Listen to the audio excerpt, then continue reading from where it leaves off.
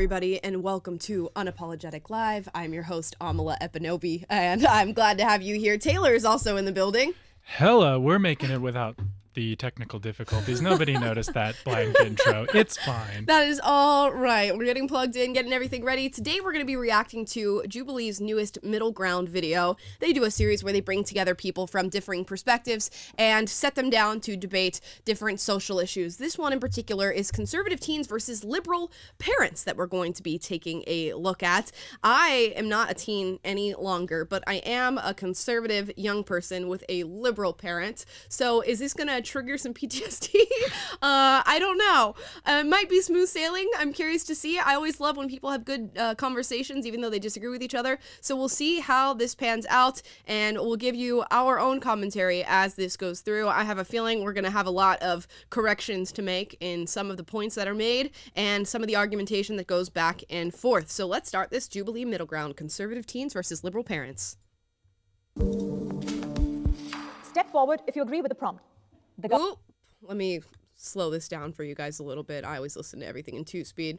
Okay. Government has no right to tell people what to do with their body. Okay, let's start there. The government has no right to tell people what to do with their body. Now, you guys put in the chat down below, are you stepping forward? You step forward if you agree with the prompt. The government has no right to tell people what to do with their body. This one's a funny little trick. Because if you say the government has no right to tell people what to do with their body, which is something a typical libertarian or conservative might say, and they'll walk forth, the liberals are going to say, well, what about abortion? You're telling women what to do with their bodies. Of course, the argument that you would make there is there's two separate bodies involved in an abortion, and I'm sure this debate is going to pop up in this conversation that ensues here. Let's see who walks forward. Vaccines. Ooh, okay. Yeah, I don't think the government has the right to tell you what you want to do with your... Sorry. Okay. I stood here because of vaccines, but I know a lot of you guys probably look at me like, oh, what about abortion? Now, the thing is, when it comes to abortion, two bodies are involved. It's the woman and it's the fetus. The fetus, you know, has a heartbeat, it has DNA. It should have rights. When? Life begins at conception. That's not when the heart's there. Heartbeat starts at 4 weeks. It's not just a clump of cells, it is life. At 21 weeks, it can live outside of the womb. Abortion ends with murder and death. Over 90% of abortions happen within the first 10 weeks.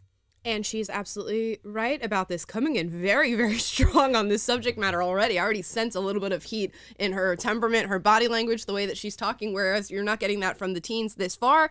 But yes, you have to define, and I think what should happen before anybody has a discussion about where they stand on abortion. What is life for you? What is the line for you? When do you think something becomes a life? And then we can have the discussion. Because if you can't agree on that, you're never going to agree on the subject matter itself. You'll simply be stating your point and then going back and forth on it. Now, if we agree that life starts at conception, or you have a differing opinion on that, okay, you're just arguing as to when it's okay to take that life. And this is what upsets me about the whole argument around being pro-life or being pro-choice.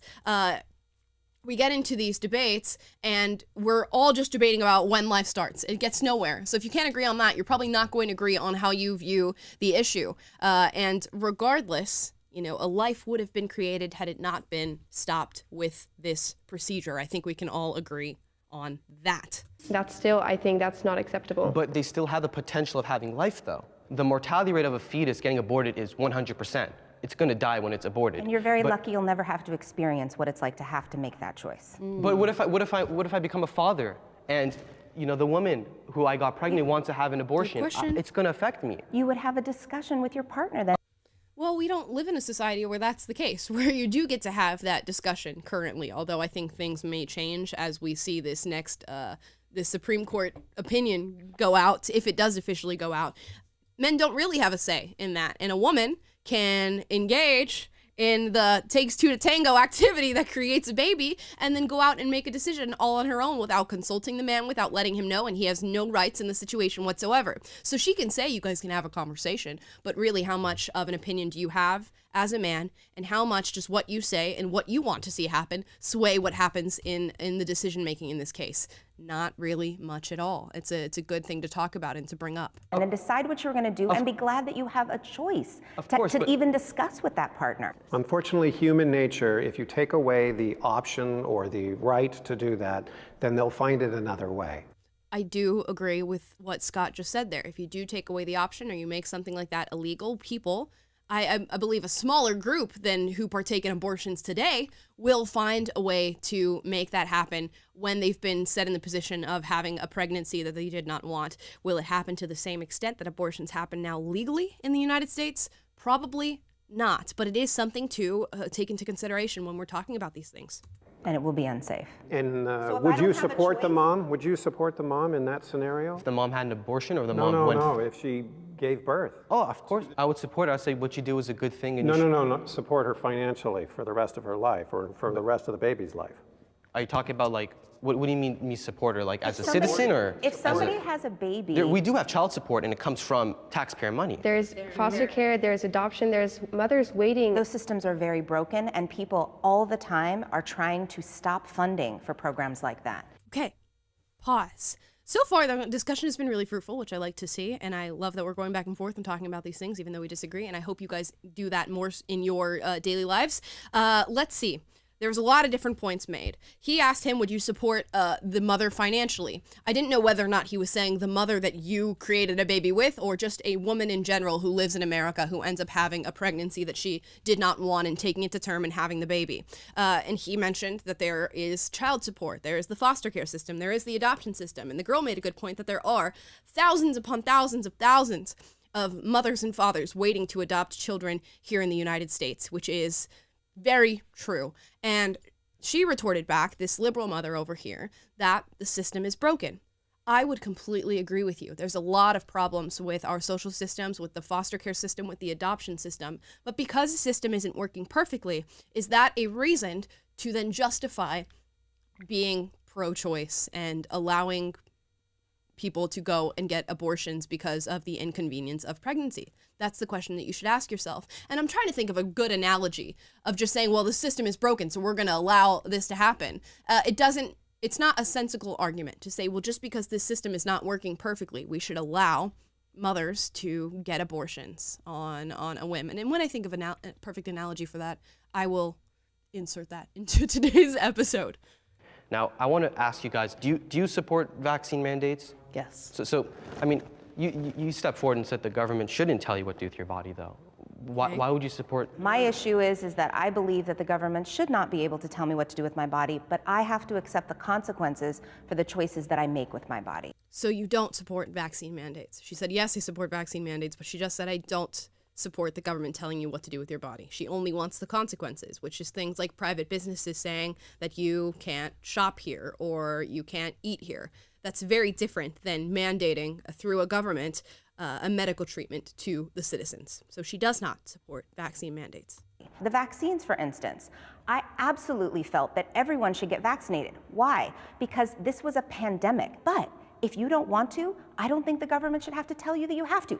But you then have to suffer the consequences of your choices, which means you cannot patronize certain places. You can't put other people at risk. I know you're saying they're doing it to protect us, but the coronavirus has, I think, a survivor rate of almost 98%, 99%, and we're mandating these vaccines. Why are we not mandating the flu? What's frightening to me is that you're equating some minor inconveniences in your privileged life to Why would you assume my life is privileged? Unsupported. But why would you assume my life is privileged, though? You don't know my life. I mean, I don't say that about you. Why would you assume my life is privileged? I'm privileged. Okay, that's fine, but why would you assume my life is privileged? For one, you're a man. You know, most people commit suicide are men. Most people who work in dangerous workplaces are men. Most people who fight in war are men. My dude loves Jordan Peterson, I can tell. A lot just went down here. She stipulated that getting a vaccine that is mandated by the government is simply a minor inconvenience. The people with myocarditis might disagree, but I don't think any mandated medical treatment from your government is a minor inconvenience, and it should be something that we approach with a very high amount of caution when we're making these decisions and deciding what our government can do. Should he have gotten as heated about this whole privilege thing? Probably not, but he does pose a great question. Who are you to tell me that I am privileged? I'm going to assume, for the sake of this filming, that these guys have just met this very day, except I believe one of the kids is actually, his father is on the other side of this debate, so they've known each other before. But I'm going to assume these two, this man and this woman, have just met today. Who is she to tell him that he's led a privileged life? She has no idea the life that he's led. And now we get to look at people and say, well, because you're male, or because you're white, or because you've approached me and you look like you have money, you have led a privileged life. And all of those things can be false. You have no idea what somebody has gone through in their life, and you cannot make this prejudgment just by simply looking at them and saying that. And she, of course, backs it up by saying, well, you're a man. It means nothing. Being a man does not make you automatically privileged in this life. And who set that system up? Men. Biology set the system up of really men going to war, men being providers, and all the other things that come along with it. It's not like men went, I really just want to be the one to constantly sacrifice myself and constantly be the protector. No, they were born with this sort of innate biological tendency to not only do those things, but have a proclivity to do them better than women do. And this has been seen not only in the United States, where apparently we think this is the first time that patriarchy has ever been thought of. No, it's happened throughout all of society. There's been clear and distinct differences between men and women that we just naturally hone ourselves into and create systems that revolve around what is that natural reality. So that is why men work harder, more physically taxing jobs. That is why they die in war. That is why they protect and provide and have to deal with a lot of the other social ills, medical ills, and mental ills that coincide with having to take on that responsibility. It's biology. It's not men setting up the system. I'm going to ask the disagreeers to step forward. Well, I think I give a unique perspective on this because I actually do agree with the vaccine mandate. I think COVID was just a huge disaster, and I think it could have ended a lot sooner if things were more organized. Definitely. As far as whether the government should intervene on people's bodies, I think there are a lot of instances where the government should. One, to protect the society in general, especially in cases such as a pandemic where the disease could literally wipe out cities. In other instances as well, such as drug use, I think the government should intervene because when you have a society that's addicted to opioids or crack, it spreads like wildfire. And I've seen it firsthand. It's very difficult to control without the help of government. Now, on the topic of abortion, that one's very complex. And in general, I always want to favor a woman's right to choose. But I think there's also a very fundamental question that both of you brought up is at what point is a fetus a human or a person? Let's say a child is 8 months in the womb, and at that point, the baby has a heart, the baby has a brain, has legs, has arms. Do you think it's okay for that to be terminated, in your Nobody opinion? is doing that. And He came in with what I think was a very well-rounded approach to what is a very difficult prompt. The prompt being the government has no right to tell people what to do with their body. That's an extreme statement from any angle that you're looking at it, even if you agree or you disagree. The government every day really tells us what we can and cannot do with our bodies. We have laws, and laws that we cannot break, or we go to jail, and that is enforced on us by our local, state, and federal government. So in ways, the government does have a right to tell you what to do with your body every single day, and we debate where that line is, and we constantly are trying to draw that line, and we disagree on things. Conservatives might be on the side of the government having less of a right to tell you, and liberals might be on the side of the government having more regulation of what it is that you do with your body. And I love that he came in with different examples where we all find that socially acceptable to tell people, no, you shouldn't do that with your body. Like in California, I bet a lot of people are begging the state government to come and take care of the people just doing drugs on the streets, because that's something we would love the government to come in and handle and say, maybe you don't do that with your body, or at least not in the space that you're doing it in. So there's constantly lines that need to be drawn, and if you don't approach these things with nuance, you just fall into this pit where you never find an answer to anything. Now, he brings up late-term abortion, and Cindy, the liberal parent here, says, nobody's doing that.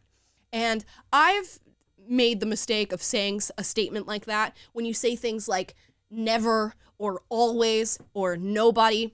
Don't trust anybody who's saying that to you, because more often than not, it's false. You can't just put a blanket of nobody or always or never on a statement that you're making, because if you go and look into it, it is happening. And if Cindy went and did just a little bit of research, she would find that there's plenty of politicians who are advocating for late-term abortion.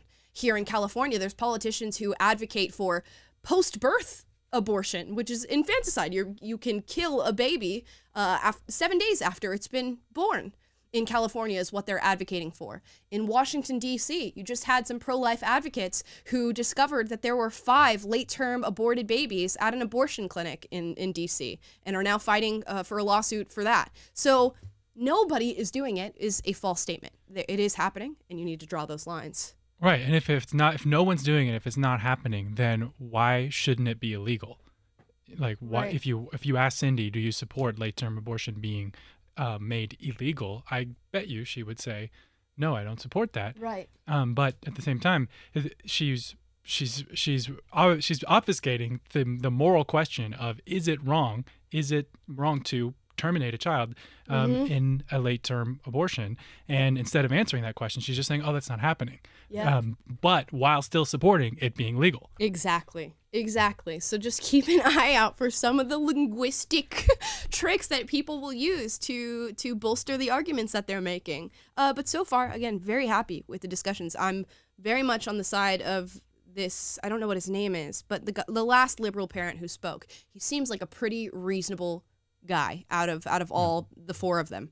Nobody is having abortions with viable fetuses unless it is a medical emergency that will kill the baby and the mother. False. Again, this is false. And when you walk into your arguments with these strong, it's never happened, nobody's doing it, false.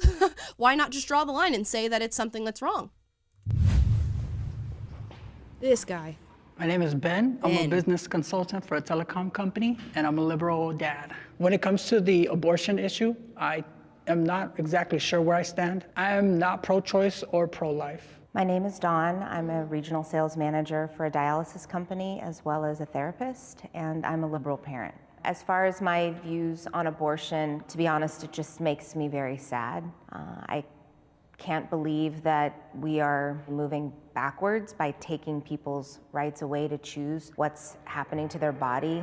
Pause. Just for a note, I know she's not really making an argument because we're not in the debate portion of that, but we're not moving backwards. We're actually moving, really, if we mean moving backwards, we're moving back to the fundamentals of this country where the states were supposed to decide that issue in the first place, and that it wasn't in the Constitution for the Supreme Court to decide. So if you mean moving backwards by reinforcing what our country was built on and the ideas that it was founded on, then by all means, yes, we are moving backwards. But really what we're doing is we're supporting your right to representation. And now your elected representatives, rather than people who are sitting in the Supreme Court, are going to make that decision. And you get to voice your opinion when it comes to abortion. If that opinion ends up coming out, we shall see.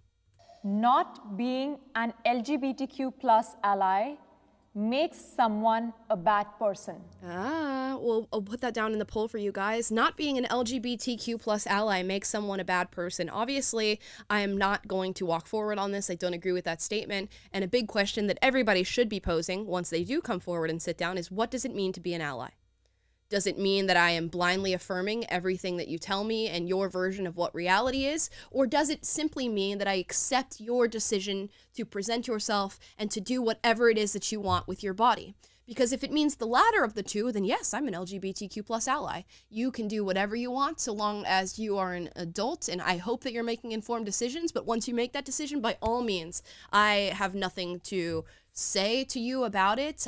We can be friends. You can lead the lifestyle you want to lead because you're an adult and you've chose to make that decision. But if being an ally means I need to support children transitioning or children talking about their sexuality and having these discussions, or, you know, kids going to drag queen shows like we showed on the program yesterday, then I'm not an LGBTQ plus ally. So that's what we need to decipher in the coming moments. It's strong, isn't it? It's right, a little it's a strong. general way to put it. I would question someone's empathy. That's it. And their awareness of the other people around them, because I guarantee you know someone that's Absolutely, LGBTQ. and their environment. Right. Discussing the validity of the existence of other human beings isn't a political issue. That's like... It's there. whether you There's like it something or wrong not. with you Yes. if you, like, no, trans people don't exist. I don't think anybody's having that discussion. I think a lot of people acknowledge the existence of trans people. I will say there's a fringe probably group of people on the right who say trans people just simply don't exist, like it's not a real thing whatsoever. Don't want to fall into the trap of saying nobody. But by and large, I think people accept that this exists. They question the timeline on it, like is childhood where this presents itself. They question the idea that it's natural and normal rather than something that speaks to some sort of mental illness or mental problem as it was previously viewed before we got into this new generation of not having this be in the DSM-5 and not having this be a diagnosis that a psychologist or a psychiatrist would give to somebody. So by and large, people are not saying that trans people and people who experience gender dysphoria do not exist. We're talking about the trendiness of it and how it's growing and how it's being taught to young people. Obviously they do. I would like to think that it's a safer world Yes. to be LGBTQ, but that Yes. would be naive. Of course. People are getting murdered for being trans, you know, Yes. Yes. and gay. It's scary. I have 3 kids. I have 3 boys. Oh. One of them is trans. I worry that, I mean, for however progressive a new generation seems, that, you know, I have to think about, will there be violence done? Which, I mean, every parent worries about violence. That's part of the gig of being a parent. Yes. And I've got an extra, I've got a new layer. My child is in a wonderfully privileged situation where they have a lot of support. Okay. I'm very curious as to how old her transgender child is. I'm very, very curious. And when we look into this, and I think in the years to come, we are going to have quite a big news flash when we get the data on some of the studies that are going to be done on transgender children. And it's going to be that people who are extremely progressive or liberal leaning are going to be the ones who have the most transgender children. And it's because they're going to be victims of exposure. That parents feel the need to expose their kids to this ideology, and then when kids soak it up and go, well, yes, that's exactly how I am, or that's exactly how I feel, they're going to go down that rabbit hole of transitioning and going to the psychologist and the gender experts and all this stuff. So that's unfortunately what I think is going to happen. And I just finished up before we started doing this show watching What is a Woman by Matt Walsh, his documentary. And as much as it was funny, haha, in the beginning, there are some really just harrowing stories. One in particular from somebody who was just a very masculine woman who decided to transition to male, and all the medical problems that ensued after 7 surgeries, continuous bacterial infections from the surgeries received, the surgeries not being told to people that they are experimental and can come with a multitude of side effects that you could never anticipate with any average, normal, long-standing procedure that you would typically go through. And the shortened life expectancy of people going through this. And this was an individual who has kids and just sitting there crying about not being well-informed enough to make this decision as an adult. And we are now advocating that children are informed enough about their bodies and about their futures. People as young as 4 years old can tell you what their gender is and start going down the route of seeing medical gender professionals and puberty blockers and hormone replacement therapy and sex reassignment surgery. It's unbelievable what we are willing to do experimentally on children for the sake of virtue, of blind affirmation, and for the belief that we need to represent every single marginalized community in this blind affirmation way, instead of truly looking in deeply at how social contagion can play a role in this, how actual gender dysphoria should be treated. And I feel bad that children are going to go through this, and maybe they'll get to an age where they're informed enough to look back and go, oh, that was a bad decision, or maybe they won't. But either way, they'll still be in the same position. Okay, that helps. But as they get older, their circle gets wider, and my sphere of influence gets less effective as they get older, you know? Hi, I'm Cindy. I am a stay-at-home mom, and I am a liberal parent. One of my children came out as trans 2 years ago. Mine and my husband's response was, that's great. Would you like to go by these pronouns? And would you like to pick out a name? Let's make sure that we talk to a gender specialist so we know what options there are, and we'll just take this one step at a time. We'll move. Dude, that's wild to me. That is wild. And I still don't know how old this kid is, but she's referring to them as kids, so I'm imagining a minor of some age, some age on the span of being a minor, coming to you and going, Mom, I think I'm a girl. And you just immediately, without anything else, going, oh, well, what do you want that's great. What do you want your pronouns to be? And what do you want your new name to be? And let's go and take you to the doctor. That's it? That's where you go from there? That's B after A? I just can't believe it. And you have to wonder how many stepping stones have been laid that is just the propagandized reaction version of what we're supposed to do in this case. And if you don't do that as a parent now, you run the risk of your child being taken away from you. That's the society that we're in right now. That is the reality. This is the good thing to do. This is the SOP for having a trans kid. Not even a trans kid, having a kid that expresses gender confusion after being taught about it, essentially. Unbelievable to me. Move forward with the best information possible. Can the disagreeer step forward? I can provide a unique perspective on this because I'm actually bisexual. So I think not being an ally, as long as you're not harming people, you're not harassing people, you're not posting on social media that these people suck, then I don't think you're a bad person for that. Exactly. As a Christian, I don't think that being LGBTQ aligns with God's view of the family. It doesn't mean that I will disrespect them in any way. I just think that it's a sin. As far as your faith is concerned, what would happen if your child came out to you that they were gay, bisexual, trans? I think that if the sin is not practiced upon, it's not a problem. It can be dealt with, especially with transitioning. It usually comes from mental problems like depression, anxiety, and all those things. So you think they can be kind of taught to not be gay? No, I think Pray the gay away. You support conversion there? Putting a lot of words in her mouth right there. She did say something that is very much correct, and that when she mentioned the gender dysphoria that people are experiencing and a distinct link between that and depression and anxiety, she's completely right. And we went over stats on that, not only just being trans and gender non-conforming, but being a member of the LGBTQ community has a very strong link to depression and anxiety, to the tune of about 72% of young people who identify with this marginalized group also experience a chronic form of deep sadness and uncomfortability with themselves. Therapy? No, I don't think that we can convert anyone into doing anything. I would not ostracize my child, but I would not support it, just like I don't support any sin. So I think that if you want to be transgender, you could be transgender. We live in again, I said, a free nation. But if you're asking for my opinion, I believe that men and women are completely different. We have different chromosomes, different bone structure. If you are a transgender woman, I still view you as a man. You could express yourself as a woman, that's fine.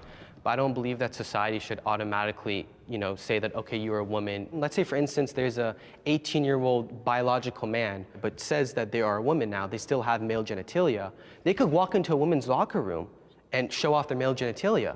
I don't agree with that. I don't think that's okay. That's not happening. It is happening. Cindy loves the it's not happening, nobody's doing it, because she knows. And it's honestly a very good trick when you're debating with somebody. I don't want to say trick, but it's a revealing characteristic when you're debating somebody on a certain issue, when they say things like that. It's not happening when you know it is. It shows you where they actually lie morally, because they hear it and they know it's wrong.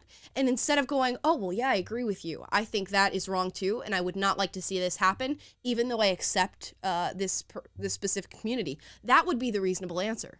But instead, they have to deny that it is even happening as a means to bolster their argument and galvanize their argument. And it is happening. For those of you who don't know this, in Loudoun County, we had a young man who identifies as a female go into a girl's bathroom and assault a young girl at the school twice. And this was recognized by the sheriff's department. It was recognized by the school board. You can look up the story. It's been reported on by multiple outlets, a girl assaulted multiple times by somebody who identified as trans. And we can speculate as to whether or not this person is actually experiencing gender dysphoria, or if they are a man just taking advantage of a system, but the boy was wearing skirts and dresses and girl clothes and all that stuff. So where's the line drawn there when we make this socially acceptable? You have transgender women who are now being subjected,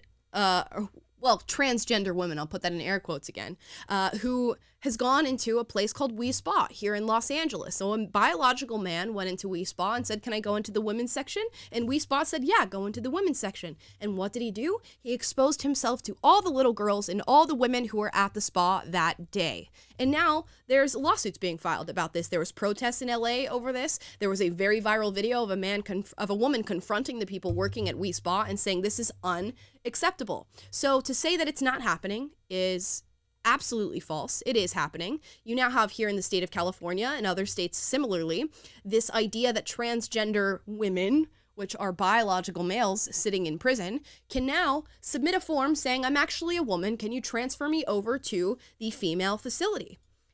That's happening here. And as soon as that law came through and they said this is going to be okay, they got hundreds of biological men applying to move over to female facilities. Hundreds. So if we're saying that transgender people represent a small portion of society, okay, let's say that a small portion of those hundreds are actually transgender women. The rest of it are men taking advantage of this system. But do you want to open the door for anybody to take advantage of other women? Do you want to open the door for women to be sexually assaulted, for young girls to be sexually assaulted, for men to expose themselves to young women and girls in our daily life now when you're going to the spa or going to the bathroom? Is that worth your ideology? Is that worth your acceptance of blind affirmation? These are the things you have to ask yourself. And if you are a trans ally or a transgender person yourself, and you go, yeah, that's totally worth it. I don't care if a few women get assaulted because I want to use the bathroom that I want to use, or I want to go to the locker room that I want to use. I would just urge yourself to look in at what you're saying and the actual implications of that and think about how harmful that can be, and then come back and have the discussion about it. But to say that it is not happening is false. And it doesn't matter if it's actual people experiencing gender dysphoria or if it's men taking advantage of the system. This is the legislation you're advocating for, and this is the outcome of that legislation. Happening though. Is it really happening? That is literally It's rare. transphobia. It could happen though. It's rare though, but and not even a trans. It could just be a creepy guy, like pretending to be. Yes, creepy guys are. I'm in much more danger in a women's restroom from a cisgender straight creepy guy I know, but than I am a that trans gives them person. the excuse, you know. That's what I'm trying to say. So do you support gender-neutral bathrooms, like women and men can go into the same bathroom? Do you think that could increase the chances of rape or assault? They already exist. It's interesting that men are only concerned about this rape in the bathroom when we're having a conversation about trans folk. But gender-neutral bathrooms just stem from this idea, though. No, this idea that rape is going to suddenly go on the rise because of gender-neutral bathrooms stems from transphobia. I just don't know what to say about that. I don't know what to say about that other than look at all the instances where it's happened and look at what it means if you accept this on not just the scale of bathrooms, but on a greater scale. We saw the story about, gender nonconforming camp counselors staying in the same cabin as young girls. Is that not a problem for you? If you're okay with it happening in bathrooms, why would you not be okay if it's at camp? Why would you not be okay if it's at a boarding school? Why would you not be okay if it's at prison? It's not so much that bathrooms are the hot and pressing issue. It's that when bathrooms move to the full scale of all of society accepting this in every single way that you can, you put women at risk. And it's not just to say that it's transgender people doing this. It is men taking advantage of this. And of course, it would be great if we just educated all men and they don't want to assault anybody and they don't want to go and attack women. Okay? Long-term goal maybe, but in the short term, maybe we don't make it easy for them to do that. Just a thought. I'm Eden, I'm 16 years old, and I'm on the conservative teen side. I think that transitioning does more harm than good, and I think that we are born in the body that we're given, and we should stay that way. God has created us in His image, and I don't think we should change the way we are. Owning a gun is a basic human right.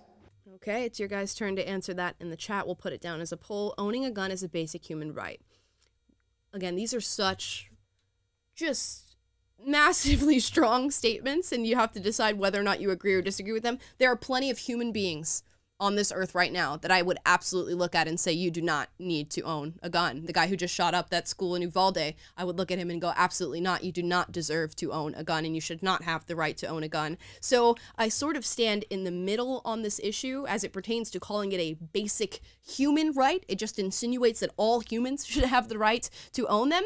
I think there is a need for very clear regulation on who is able to own firearms, and clearly there is something happening right now culturally that is leading to the problems that we're having that we also need to address. So I'm not sure that I would walk forward simply for that bit of skepticism alone. I don't like the term basic human right as it pertains to this specific thing. But other than that, of course, you have the right to bear arms so long as you are capable and there are no red flags that should stop you from owning a firearm. And from what I've seen, most everybody who shows up to this actually agrees with the right to gun ownership here in this country.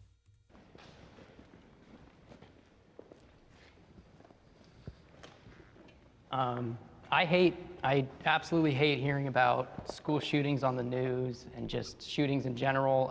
It's horrible. You know, this isn't like, you know, Spider-Man's not going to save people. People have the right to protect themselves.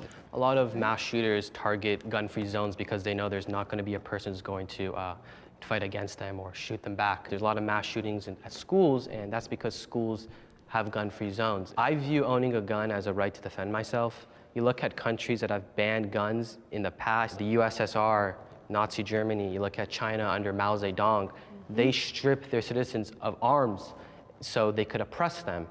And I think the reason why our founding fathers enshrined the Second Amendment is because they wanted us to protect ourselves against tyrannical government and to protect ourselves against danger around us too. I think that from a woman's perspective, if as a woman you get into a dangerous situation, for example with a man, having a gun and knowing how to use a gun is the only way that will protect me. Having my tiny little pepper spray won't help me forever.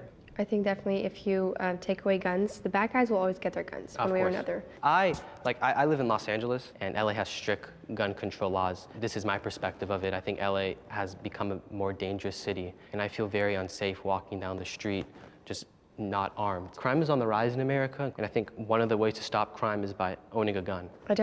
They're all making very, very reasonable points here. And I do love the point that he just made about living in Los Angeles. California has some of the most restrictive gun laws that you can have in this nation, yet experiences shootings that are just unbelievable, and they continue to increase.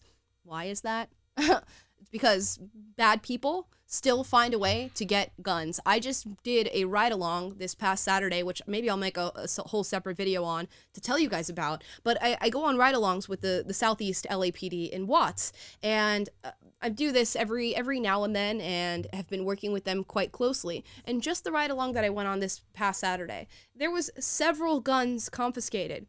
Any of them registered? No. Are they illegal arms? Yes, because even though these people have felonies on their records, or they live with somebody who has a felony, or there is some sort of red flag on their record that should stop them from being able to get a firearm, guess what? Bad guys get guns, gangs get guns, and then they go and shoot people. And that's what's happening here in California, specifically in Los Angeles. It is horrible, the amount of shootings that we go through and the amount of innocent people who lose their lives in the wake of those shootings. So that's something to think about. And if you are going to enforce gun control legislation, I would hope that it actually works. We always talk about intent versus result. We have to look at the result. And if you're looking at California as a case study for restrictive gun laws, the result is not there. It's really not helping whatsoever. And so much so that the police departments are really underreporting the amount of people who are dying of gun violence. And it doesn't seem as though anybody seems to care. I definitely think that there should be this control in place to who buys guns. You couldn't just be able to go to a store and buy a gun. There should be regulations into who buys guns and who shoots a gun. So reasonable. Listen to them. I actually debated whether or not I was going to sit down because I do believe people have the right to bear arms. I do. My issue is what kind of arms they're bearing. I believe people should get to go hunt, but do you need a semi-automatic rifle to do that? I would have immediately asked her, what is a semi-automatic rifle? Like, what's the difference between a semi-automatic rifle and one that's not semi-automatic? And I will go out on a limb and say she probably might not be able to answer what the difference is in those rifles, but it's fine. I'll tell you personally, I'm afraid of guns personally myself, but I just think there need to be stricter regulations with it. But the majority of people who die by gunshot are women in a domestic violence situation. So, what? I'm amazed by Cindy here. Of course, I've seen this video before because I go through these to make sure they're safe and sound for your ears before we listen to them. She just said the majority of people, let me go back and listen to exactly what she just said so we have the quote. The majority of people who die by gunshot are women in a domestic violence situation. So she should have been stopped right there and rebutted against that because that is not true whatsoever. I don't know where she heard that, and it blows my mind that you can just so confidently lie about something. Men are overwhelmingly the majority when it comes to gun violence. In fact, if you go and look into this, and I'll try to zoom this in for you guys so that you can take a look. In every single state in this union, if you look at gun violence towards males versus females, males overwhelmingly are the victims of firearms. Now, does that change the argument? No, it doesn't. But if you're going to try to make this feminist twist on why guns need more control and more restrictive laws, that is a false statement to make. Men are overwhelmingly the victims of firearms rather than women. Mass shootings definitely don't want automatic rifles. Against that, nobody needs them. But the most dangerous automatic rifles are already highly. I don't even know where you would go and get an automatic rifle. Do you know, Taylor? No. Okay. This is the thing too. I wish like if you were going to come into a debate on something like this, you just have to know the information. Like I don't know. I don't think that Dawn knows what a semi-automatic rifle is. I don't think that Cindy knows what's the difference between a semi-automatic and an automatic rifle either. And I don't think she knows that there's highly restrictive purchase on automatic rifles. Gun is the one in your home. I do want to ask you a question. Do you think that women should have the right to bear arms to protect themselves against? Yeah, I'm not against the right to own guns. The prompt was, do you think owning a gun is a human right? But do you think? And I don't agree with that. In my perspective, I grew up in a gun-riddled neighborhood. I myself am a gun owner now because of the fact that I had to create some type of means of self-defense. So why did you disagree? I disagree because I would prefer not to be. I think it's not a human right as much as almost a necessity for a lot of people. And not everyone. There's a lot of neighborhoods that are very safe, but even in a safe neighborhood, you can be robbed, you can be killed. I've been stuck up several times with a gun to my face, and all I could think of is, man, if I die, it's gonna be because I didn't have a weapon to help protect me. Do you think that we should take away all guns from the entire world? Yes, if there was like a magnet, like Magneto from X-Men, and he just suck up all the guns, I think that would be such a better place. Now, if you think about what he just said, it's something that is actually very profound. When we go into these arguments about gun ownership and the Second Amendment, what is the driving force on both sides of the argument?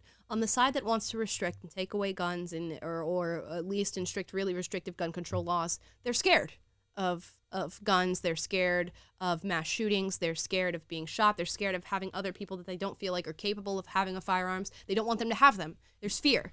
For the people who support the Second Amendment and want their right to a firearm or have lots of firearms, a lot of the driving force behind that decision for them is also fear. The fear of if I meet somebody on the street who wants to kill me or attack me or come into my home, I should have the right to defend myself. The fear of a tyrannical government and a lot of distrust and not feeling sound with the way, the structure of our current hierarchy. There's a lot of fear surrounding that. That's why I want to own a gun. And when he mentioned that a lot of gun ownership happens out of what we feel to be necessity, that's an important thing to recognize. So how can we take away or alleviate, if you're on the liberal side, that feeling for the necessity of owning a firearm? And if tomorrow you could clap your fingers or snap your fingers and nobody in the world owned a firearm, maybe that would be a better future. Maybe that would do for us, do for everybody on the spectrum, alleviate the fear that everybody feels surrounding the topic. And by everybody, I mean everybody. If you could picture a world where guns were never created, maybe we wouldn't be living in the fear on both sides that we are feeling regarding this issue. It's not to say that everybody is driven by fear when it comes to making a decision on being pro-Second Amendment or anti-Second Amendment, but a lot of us are. Overwhelmingly, a lot of us are. My political opinions have hurt my relationships with friends and family. Okay, I'm sure you guys are going to walk forward on that one. I will walk forward on that. Taylor, would you walk forward on? I actually would, yeah. Yeah, I think everybody, regardless, I mean, maybe not some of the liberals, but I think everybody probably had a distinct moment where their political leanings have affected their friendship in one way or another.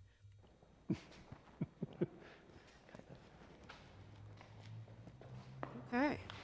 During 2020, Liberals and when conservatives. America got really politically intense, my teacher, she was very politically active, and she wanted us to speak our voices. And they found I was conservative, and they said, "Okay, you're completely going against what we believe. Like the whole school is very liberal," and I guess they just kind of pushed me away. Did you feel like you would get bullied after? I'll just get looks.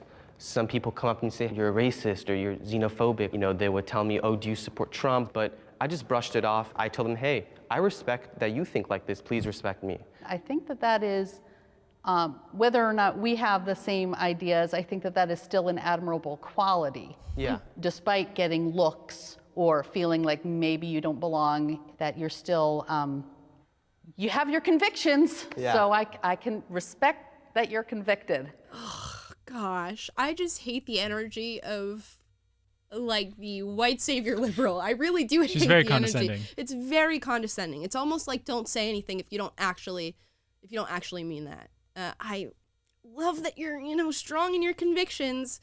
Yeah.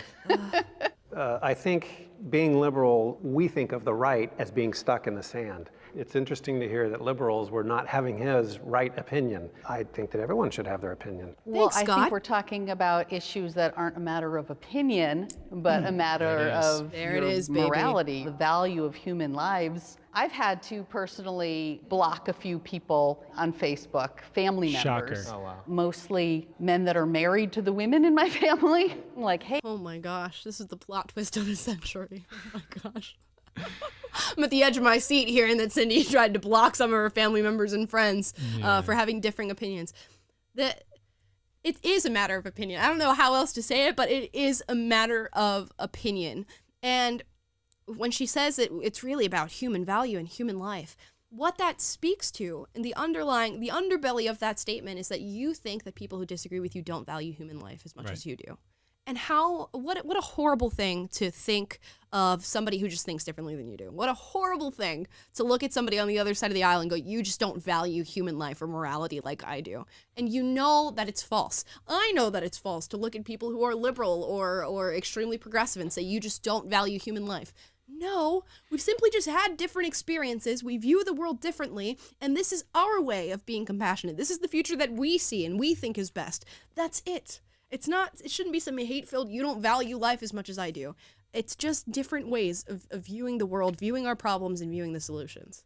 Yeah, there's that old adage that the right thinks the left is wrong, the left thinks the right is evil. Right. And what that does is, if you think someone else is evil, then and it happens the other way around too. I mean, we know there's plenty of examples of people on the right who think the leftists are evil and you should never talk to them or never try to establish. But what that does is it undercuts the ability to have civil discourse. It undercuts the ability to negotiate your differences in civil society and create laws and policies that are a negotiation that make it possible to coexist. And but if you're fundamentally evil and there's no way I could ever share a world with you, then that undercuts the ability to live in the same place and peaceably. Then it's just a power struggle. You've immediately lost if that's the way you view your opponent in these issues. It's funny because we're really all working toward the same goal. Like, we want people to prosper. We want people to be healthy. We want beautiful families. We want our country to be doing well and have the ability to just help other people and build strong communities. But if we can't agree that that is our shared goal, then we have a major problem. Hey, this conversation is really getting personal and hurtful, and if you carry on this way, I'm going to have to block you. Were they harassing you? I feel very harassed. Yeah, I'm belittled. I feel Were you harassed. ostracized, It was or hate there speech because I someone- hated it. This is a hate crime. It's not a hate crime, Michael. Well, I hated it. My end is myself. I understand people have different beliefs, and I respect that. And I think it's good for everyone to share their beliefs. That's the way we progress. But I think when people become ignorant or offensive consistently without any type of evidence or any type of backup behind that, that's the point where I say, you know what? I probably shouldn't be friends with you because you may smile in my face, but behind my back, you have a different sentiment. I haven't lost any relationships because me and my friends don't really dive into politics. We kind of just play video games and talk about comics together. Based. I think if you lose a relationship over politics, that's kind of sad. Unfortunately, it's a part of It's growing up. sad. Yeah. It's not really a part of growing up, though. You guys have made it a part of growing up. It's not a part of growing up to lose your relationships because of politics. It's really not. This is something that is relatively new for our society to just be like, F you voted for this guy and I voted for the other one. It's not a part of growing up, and you should not teach children that that's a part of growing up. You should teach children the exact opposite, that you can have the most diverse group of best friends and you guys can, be friends for the rest of your lives and just accept that you have differing opinions. What I found, which the interesting thing in my life, obviously this is anecdotal and it doesn't speak to evidence, but I think you guys can see this with your own eyes. I grew up with a group of friends, and it was 4 girls for the most part, and then one other girl. She's like my best friend, but we'll keep her from the side for now. But 2 of them were liberal and 2 of them were conservative. And at the time I was a radical leftist. Of course, this was through high school. And then after I graduated high school and started working, then I became conservative. And I started being open about that and sharing it on social media and making my videos and all this stuff. The 2 liberal friends, gone immediately within a matter of weeks. The 2 conservative friends, right there the whole time, through radical leftist me arguing with them every day about the things that they believed about religion, about this, about that, all the way through that, and all the trash that I spoke to them about their politics through conservatism stayed there the whole time. So those are the friends that you want. Those are the people that you want in your life. And that's certainly the sentiment that you want to pass down to your kids when you're raising them, that you just stick around for your friends, because politics doesn't really matter that much. It really doesn't. For sure. Hopefully you won't lose any friends, but usually as you get older, you start to see those divides a little clearer. I mean, you guys are sometimes. older than us. Was it like this going back 20 years ago? Politics has changed so much, and I think you touched on it, that now it's being associated, policy is being associated with ethics. I haven't lost any friendships or relationships because I won't allow that to happen. Good I for you. believe that the majority of us, probably about 80%, are in the middle with varying degrees. And there are those people who are very, very conservative, very, very ultra-liberal, who are the outliers. But I think it's subtle. Where you have somebody that you meet with on a regular basis, you talk with them, you have a good time. If topics get brought up, and it's a oh, okay, you're one of those. They don't tell you that to your face, but it's kind of subtle.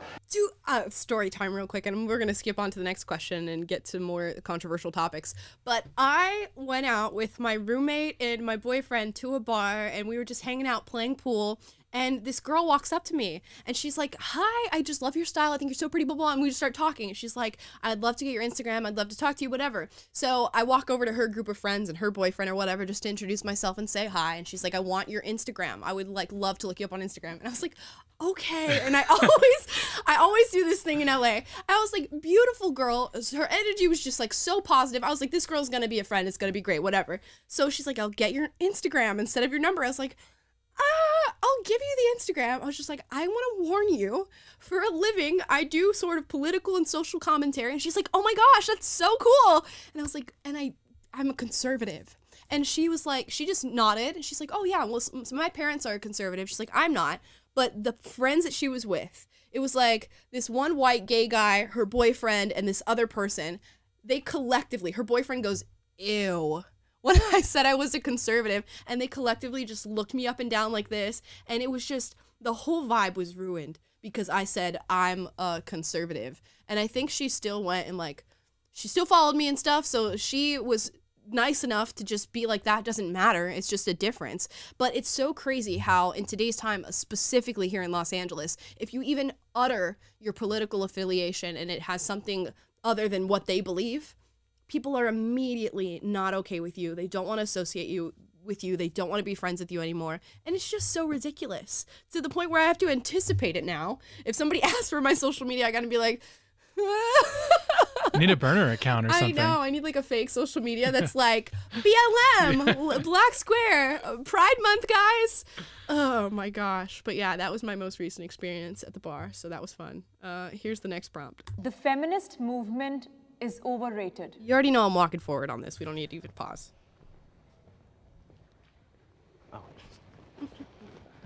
Cindy. The reason I sat down is because feminism as we know it in social media and the marches is generally run by white women.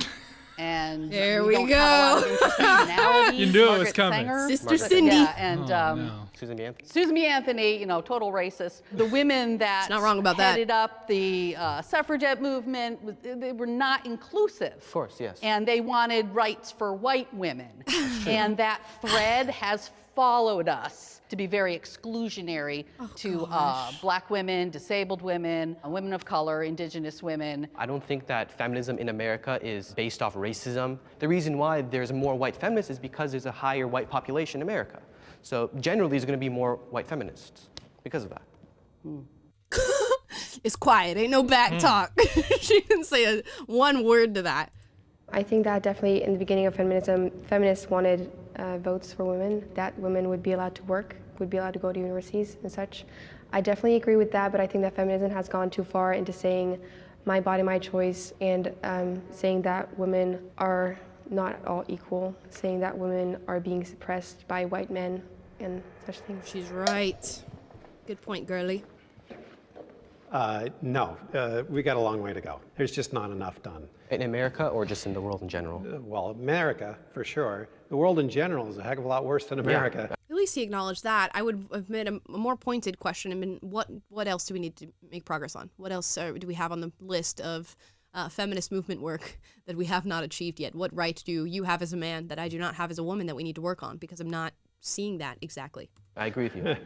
I think that women should be able to do everything that men can, but we also have to protect ourselves. So if you want to be a stay-at-home mom and do one of the hardest jobs on the planet, you absolutely should be able to Just an eye roll to that one, do I'm that. sorry. But you should also discuss with your partner and put in things into place so that you're protected if you choose to do that. Some women aren't doing that, like life insurance and things like that. I think part of feminism is being able to take care of yourself. That has nothing to do with feminism. That's just being smart. That's just being smart.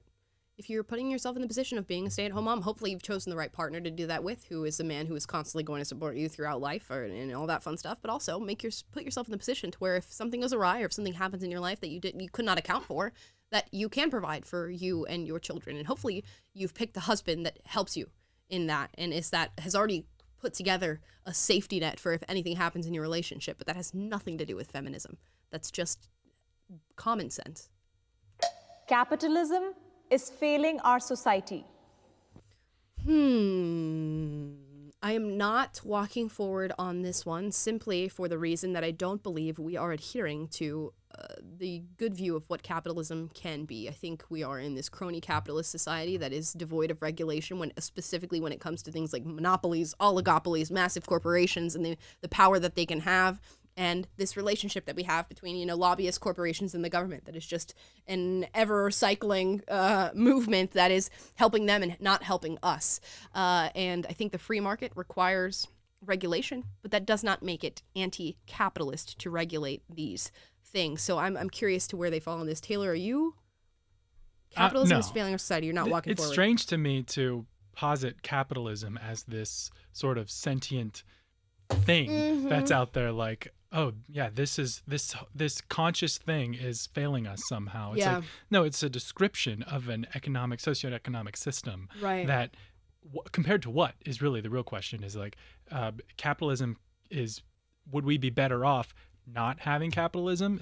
That's a more clear question to me, but no, I'm not walking forward. Okay, fair enough.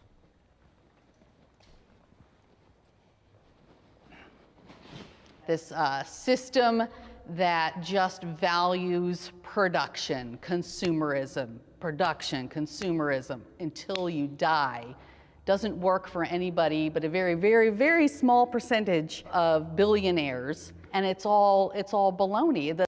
You're all sitting here today in this capitalist society. You're fully clothed. You're fully fed. I'm assuming all of you are sheltered. It benefits nobody but billionaires. Nobody but billionaires. I assume some of them have businesses that they run or are at least working for. It doesn't benefit anybody but billionaires. It's not just production and consumerism. It's also innovation and comfort and building a life that is sustainable and provides you with the utmost comfort. And even when we are already living beyond the comfort that we probably could have ever imagined you could live in a country, we are still fighting for more and more and more and more. And we can even look at that as being a negative thing with how far we've gone through capitalism to find things like comfort and innovation. But to say that it's simply production and consumerism is false. Come on now. And while you enjoy the comforts of where you're sitting right now, capitalism benefits so many people.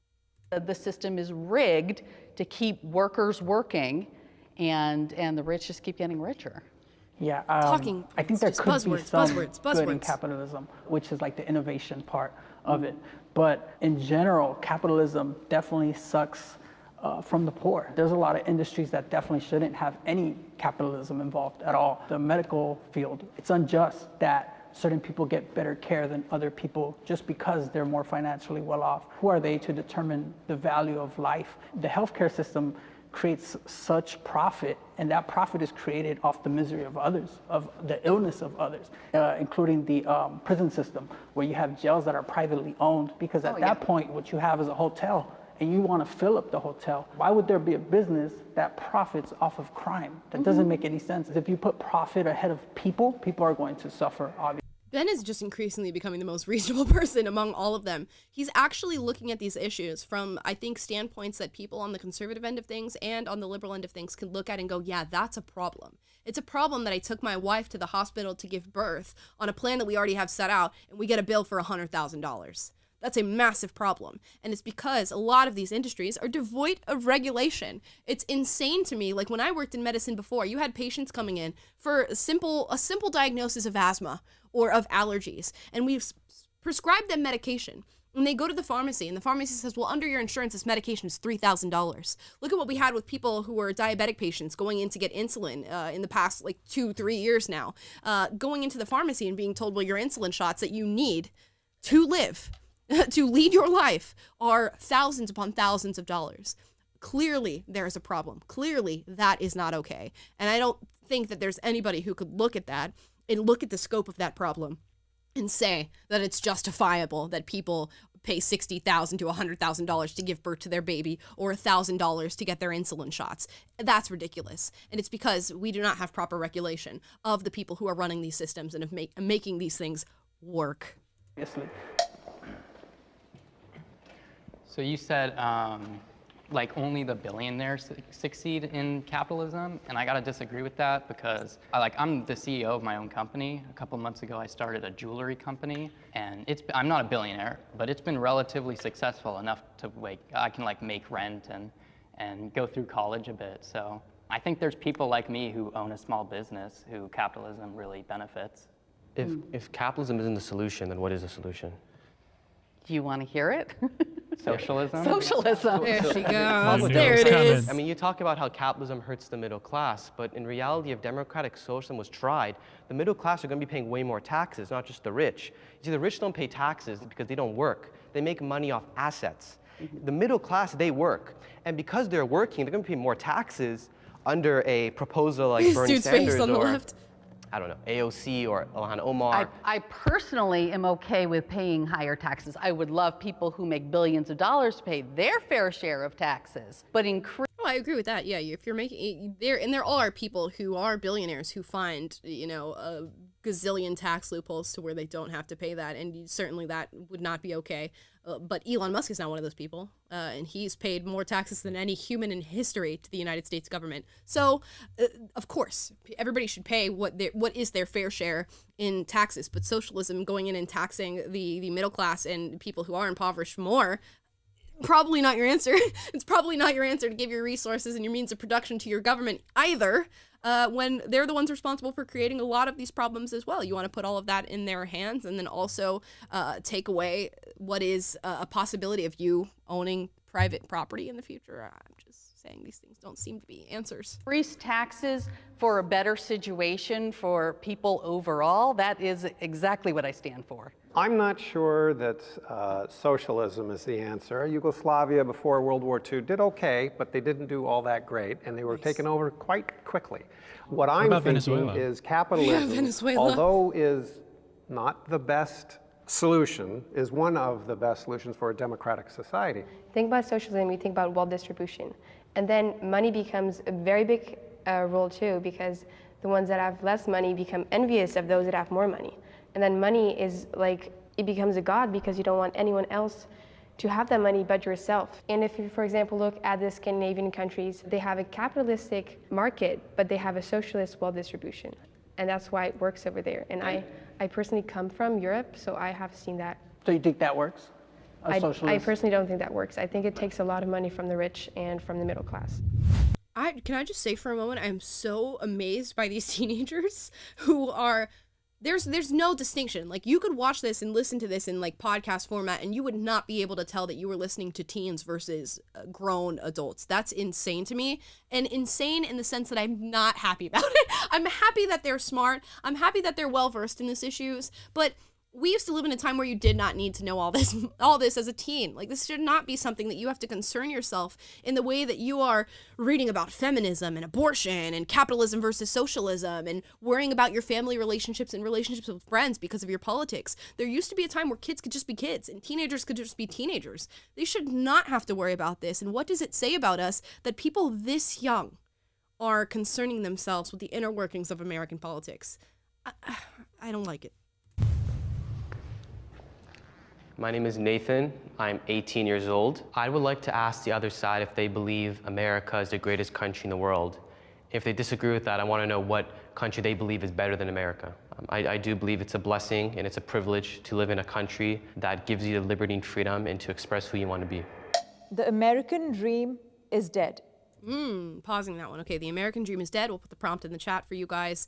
I'm not walking forward on this. If the statement had been the American dream is dying, I might have walked forth because I think it is in a sense. Now, I think we'll distinguish what that means in all the different ways that you could view the American dream. Specifically, you know, people are immigrating here like crazy and trying to get into this country. So clearly the American dream is not dead. Clearly people are living in situations where they're seeking out America. They're seeking out our economy. They're seeking out citizenship here because they know that there's a dream alive here and there's things that they can achieve that they can't achieve in their countries. But if we're going to talk about maybe young people living in America right now and their prospect of buying a house or being able to afford taking care of multiple children, then we're seeing that sort of recede a little bit. The idea that that is going to be affordable is super questionable. I remember just like talking to my grandparents. I'm sure you guys have had similar experiences of this, and they go, well, we saved up for 3 or 4 years and we bought our first house. And then you go and look now at what the prospects are of you buying a house with a median income in this country right now, and it's like saving for 15, 20 years to make the down payment on your house. It's crazy.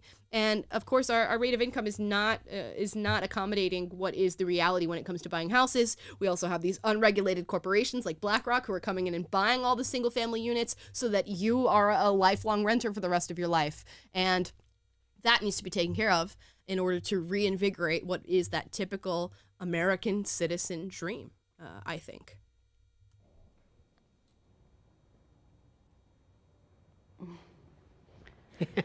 He goes it. She takes the plunge. I gotta say, I disagree with the phrase American dream. An American dream for who? You know, the Native Americans we slaughtered, the enslaved people. I mean, this romantic idea that there's this dream is just basically marketing for capitalism. You know. Okay, so what is it marketing for in all the other countries that talk about this that have also been involved with enslavement and war and colonization? Every piece of land that exists right now was probably taken from somebody who existed there first, or who lived there first, or who claimed that land first. That seems to be the way that humans move, not only human species, animal species. They do the exact same thing too. They go and take other people's territory and they fight their own wars and battles and things like that. It's just a fact of life that where you are, someone was there before. Now, is that inherently a transgression? No. Are things like slavery, of course, and slaughtering people and genocide transgressions? Yes. But are Americans the only one who have participated in that? No. You'd be hard-pressed to find a country that doesn't have a long list of transgressions tacked onto its history. Do those transgressions color the entire present of what that country is? No. So if you're saying the American dream is dead solely for that purpose, then every dream of every country is dead because we've all been involved in this sort of turmoil. It's very well-funded propaganda, and has it inspired good acts and good people to do good things? Of course, because ultimately, in a large sense, humanity is good. But this idea of the American dream, I think, is I think the fantasy of it is being torn apart a little bit. And I think that's actually exciting because it opens up room for something better, something more inclusive. Something more inclusive and something better. She's a full-on communist. Cindy is a communist. Honestly, she really is. And I'm sitting here watching this right now and just thinking about the idea of an American dream. The American dream is where I'm sitting right now, commenting on other people talking about the American dream. The American dream is Cindy, an American citizen, sitting in a room in Los Angeles, being filmed, talking about whether or not the American dream exists. That's your life. That is your reality. That is a dream. Look at what other people are experiencing in other countries. Do you think a Venezuelan citizen gets to go to a film set and sit there and talk about whether or not the Venezuelan dream is dead? No. Or be a stay-at-home mom, by the way, like Cindy is. Yeah. Try doing that in a communist society. Exactly. Yeah, being a stay-at-home mom of 3 boys and one who's trans, and you're looking at different medical doctors to mutilate your kid and get them to change their gender. That is the American dream. That we have deviated so far from reality and into delusion that you can literally change your kid's gender on a whim. But the American dream is dead.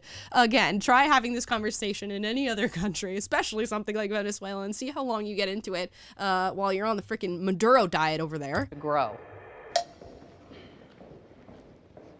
I think the phrase is kind of corny, but the idea that someone's like building themselves up in capitalism, I feel like that I kind of have done that a bit with my business.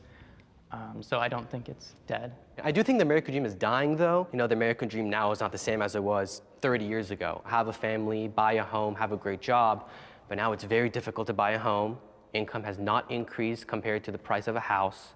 You know, I do think it's dying, though, but I don't think it's completely dead because there's a lot of immigrants who are still trying to come to America.